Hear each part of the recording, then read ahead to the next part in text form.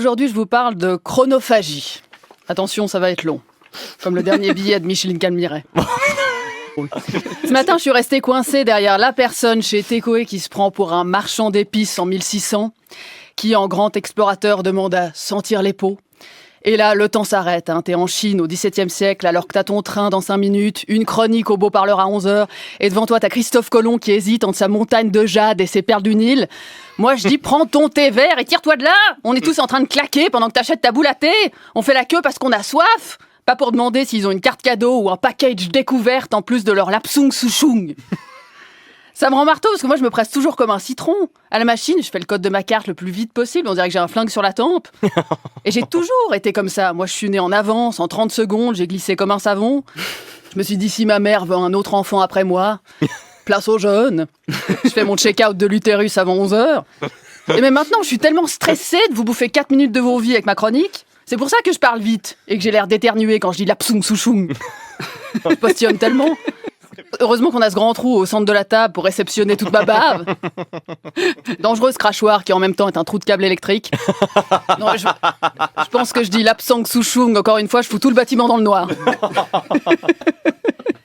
Non mais ce type qui a 18 personnes derrière son cul et qui a l'audace de demander quel est le thé de la semaine, à Tecoé Cornavin à l'heure de pointe, demander quel est le thé de la semaine, ça équivaut à s'arrêter en plein milieu de la file qui monte au sommet de l'Everest. Ça bute tout le monde.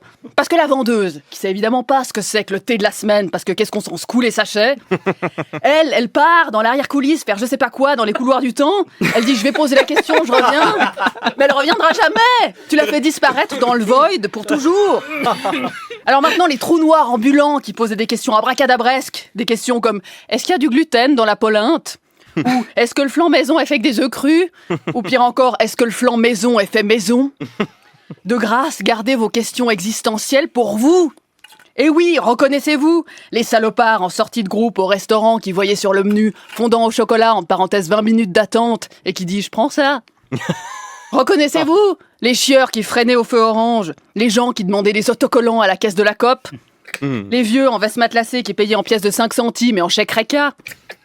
Et surtout, reconnais-toi, Rebecca Balestra à Microprint Shop, parce que t'es tellement à la ramasse que t'as toujours pas d'imprimante, qui fait poireauter tout le monde parce qu'elle veut imprimer sa chronique pour les beaux parleurs en 188 pages, parce qu'elle sait tellement pas lire, cette conne, qu'elle est obligée d'aérer son texte. Comme la distanciation Covid, 1m50 entre chaque phrase. Du coup, je me retrouve avec un truc plus long que les 18 tomes de la recherche du temps perdu. Rebecca qui met 100 ans à choisir le grammage du papier bien épais pour pas qu'on voit les feuilles trembler tellement elle se chie dessus. Qui est tellement dyslexique qu'elle imprime en multicolore. Ça lui coûte une blinde, une couleur par intention. Rouge quand je fais un gag, jaune quand je fais de l'actu, bleu quand j'insulte Jonas Schneider. Ah bah voilà justement, un surlignage bleu qui arrive. Belle chemise, Jonas. Ah merci. Et là, je parle de la clientèle, mais les gens au service, parfois, c'est pire. La phrase à pas entendre au guichet, c'est « Vous avez notre carte client ?» Deuxième question, vous voulez la faire ? Et là, gros mensonge, ça prend une seconde. Et qu'après commence ce geste infini.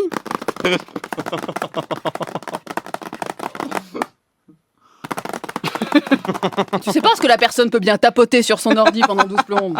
La même phrase en boucle, comme dans Shining. Bref, tout ça pour dire que les mous du cul, ça nous fout dans le jus, ça crée des carambolages. Ça équivaut à un humoriste des beaux parleurs qui fait une chronique chronophage de 7 minutes au lieu de 4.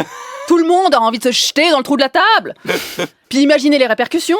Slobodan ne pourra pas se faire censurer par la doxa avec son papier controversé de platiste, conspirationniste, d'extrême droite, anti-vax, climato-sceptique, pro-russe, fake news, anti-Hamas, fasciste, antifasciste. Suzette sera morte de vieillesse.